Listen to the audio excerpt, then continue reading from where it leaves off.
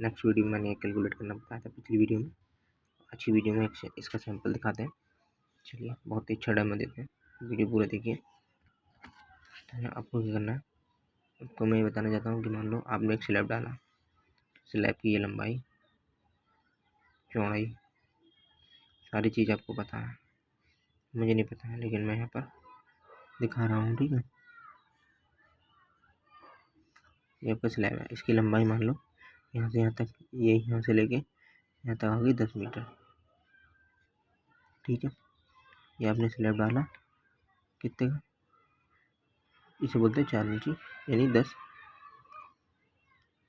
100 mm में नहीं लिख देगा, चलो 100 लिख देते हैं mm में, ये मीटर में। ठीक है, ताकि एक चीज़ और मैं सिखाना चाहता हूँ आपको, और ये वाली जो लेंथ है यहाँ से लेके यहाँ तक, ये मान लो 10, ये 10 क्या है, ये 10 मीटर में ही है।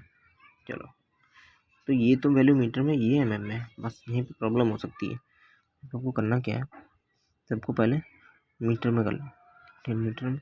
अब देखो यहाँ पर जो आपकी 100 mm में है, 100 mm है ये, तो mm में, ठीक है, तो 1 mm में होता है 10 की पावर 3 मीटर। अब ये मीटर में होगी। ठीक है, इससे ये कट गया, ये काटो पॉइंट इधर लग जाएंगे, यानी 10 इंटू 0.1, ये होगी सारी मीटर में। अब फ्रेंड्स स्लैब में हमें क्या ज्ञात करना है, इसमें कितना सीमेंट लगेगा, ठीक है, कितना सैंड लगेगा, कितनी ग्रेड लगेगी, गिट्टी लगेगी। तो गिट्टी तो आप लोग खुद निकालोगे, मैं सिर्फ ये दोनों बताऊंगा। ठीक है, चलो ये भी बता देता हूँ, लेकिन पूरा आपको करना पड़ेगा। सबसे पहले हमें कोई भी चीज़ उसका मेजरमेंट लेना होता है, तो लंबाई चौड़ाई गुणा ज्ञात करना है, यानी इसको MQ निकालना है, क्योंकि हमने पिछली वीडियो में आपको यहाँ पर क्यूब के माध्यम से बताया था। ठीक है, इसी फॉर्मूले को यूज़ करेंगे हम। तो फ्रेंड्स यहाँ पर आ जाओ। ठीक है, तो यहाँ पर 10 इंटू 10 100 हो गया,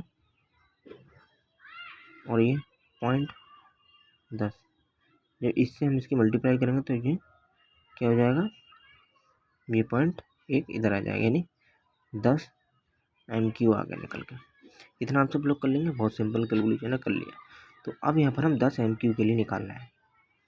ठीक है, वैसे सिंपली हमें पता है कि इसका 80 बैग है, अभी भी 1 MQ लिए जब हमारा 8 आया, तो 10 के लिए सिंपली 80 बैग सीमेंट आएगा।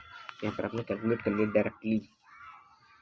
ठीक है, लेकिन अब आपको ग्रेड आपको क्या लेना है, यहाँ पर ग्रेड आपको यही रखना है, M20 ग्रेड के लिए स्लैब की कास्टिंग। ठीक है, स्लैब की कास्टिंग में सीमेंट निकालना है, और क्या निकालना है, सीमेंट, सैंड, एग्रीगेट, ठीक है, स्टील, शटरिंग वगैरह वगैरह, बहुत सारी चीज़ें निकालनी रहती है। ठीक है, लेबर कॉस्ट, डेज, टाइम, सब। लेकिन अभी हम केवल सिंपल चीज़ आपको सिखाएंगे। सीमेंट आपको पता है, पिछली वीडियो के माध्यम से देख लीजिएगा। यहाँ पर 8 बैग्स आया था 1 MQ में, तो 10 MQ में कितना आएगा, 80 बैग सीमेंट आएगा। सिंपल निकाल लिए। अब सैंड को निकालना नहीं बताया था, जो कि मैं बताऊँगा। कुछ नहीं करना, फॉर्मूला सिंपल से यही रहेगा। ऊपर ले लेते हैं, यहाँ पर देखो क्या करना है, कुछ नहीं करना है।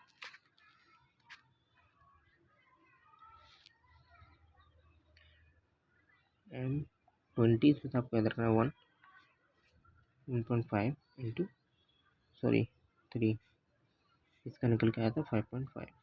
अब हमें इस बार सैंड ज्ञात करना है, तो सैंड के लिए ये वाला लेंगे 1.5, बट में 5.5 तो हर बार रहेगा। यहाँ पर सैंड की डेंसिटी कितनी होती है, 1600 से कुछ होती है, तो भी हम 1650 ले लेते हैं। ठीक है, ये ले लिए, और यहाँ पर आ जाओ, कितने MQ के निकालने हम 8, तो 8 को बाद में पहले 1 MQ निकाल लेना, फिर यहाँ पर हम 1.5 गुणा कर देंगे और 1.50 से भाग कर देंगे। ठीक है, तो यहाँ पे ये सारी चीज़ें हम लिख देंगे, इस तरीके से लिख दिए।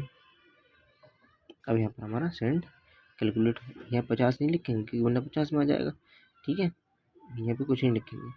तो यहाँ पे हमें ये केजी में निकल के आएगी, वैल्यू जो भी आएगी वो केजी में निकलेगा, उसे हमें एमटी में बदलना होगा या क्विंटल में बदलना होगा। तो अगर क्विंटल में बदलना है तो आपको 100 से भाग करना होगा, एमटी में बदलना है तो आपको 1000 से। तो यहाँ पर आपका एमटी निकल के आ जाएगा। ये आप करेंगे आगे कैलकुलेशन। अब एग्रीगेट के लिए यहाँ पर 3 था, 3 लिख देंगे, एग्रीगेट 3 पड़ी है। इसके अंदर टोटल में कितनी, इतनी, ठीक है। एग्रीगेट गिट्टी का क्या होता है, गिट्टी का मेरे को नहीं पता है, 1750 मान लेता हूँ, ठीक है। इसके बाद 1 MQ फिर इंटू 1.54, बस इतना ही करना है। सेम प्रोसीजर केजी में निकल जाएगी, 100 से मल्टीप्लाई करना है, एमटी में निकल जाएगी, बस हो गया।